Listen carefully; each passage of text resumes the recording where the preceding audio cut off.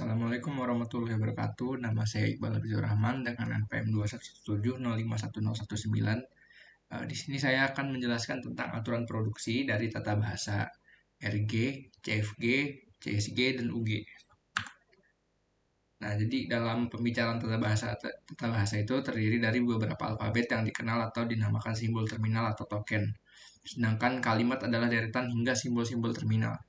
Bahasa adalah himpunan kalimat-kalimat. Anggota bahasa bisa tak hingga kalimat.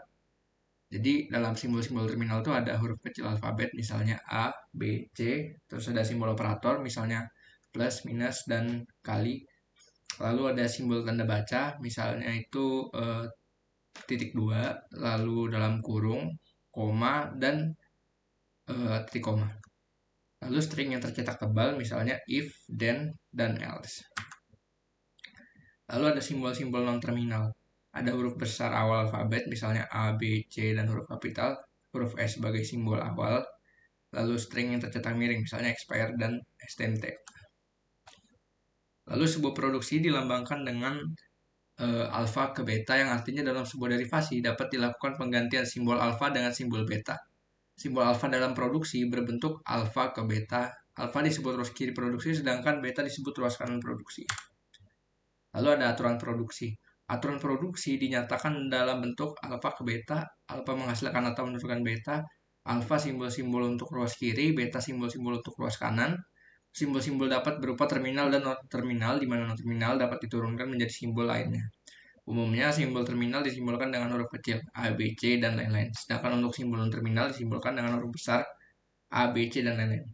Contoh ada T ke alfa, lalu ada T ke E, atau E plus A. T menghasilkan A, atau T menghasilkan E, atau T menghasilkan E plus A.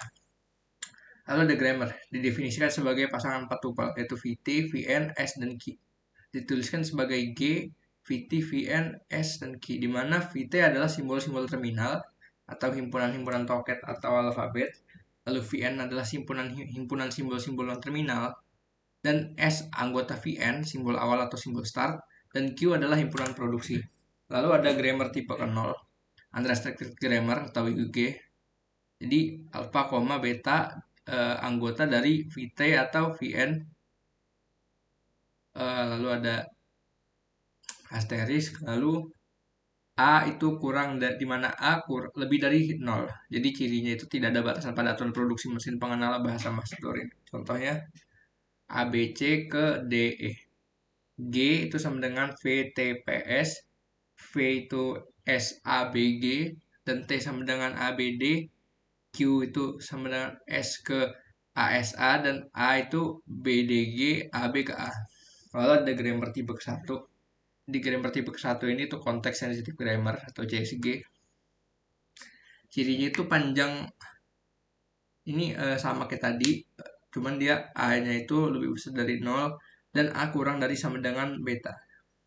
Apa kurang sama? Nah, cirinya itu panjang string rows kiri harus lebih kecil atau sama dengan rows kanan. Mesin pengenal bahasa linear, bounded automata atau LBA. Contoh G sama dengan VTPS, V sama dengan SBC, T sama dengan ABC, Q S ke ASBC atau ABC atau epsilon ke CBBC, lalu ada AB ke AB, BB ke BB, BC ke BC, CC ke CC. Keterangan S ke epsilon karena S adalah simbol awal, maka ini juga memenuhi walau panjang S sama dengan 1 dan panjang epsilon sama dengan 0. Lalu ada grammar kedua, tipe kedua yaitu konteks free grammar atau JFG, yang dimana betanya itu anggota VT atau VN. Cirinya itu ruas kanan haruslah tepat satu simbol variabel, yaitu simbol non-terminal, mesin pengenal bahasa pushdown automata atau PDA. Contoh VTPS, V sama dengan SAB, T sama dengan AB, dan Q ke SAB atau BA, dan A ke A, AS, BAA, B ke B, BS, ABB.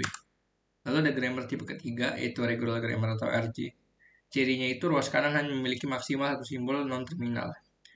Alpha itu adalah simbol non-terminal tunggal, dan beta memiliki maksimal satu simbol non-terminal tunggal dan dapat ditempatkan pada posisi paling kanan. Mesin pengenal bahasa disebut finite state automata atau FSA. Contohnya G sama dengan FTPS, V sama dengan SAB, T sama dengan 0,1, S ke 0A, 1B, 0, lalu A ke 0A, 0S, dan 1B, lalu B itu ke 1B, 1, 0, dan epsilon. Sekian dari saya, mohon maaf bila ada salah kata. Wabillahi taufiq walhidayah. Wassalamualaikum warahmatullahi wabarakatuh.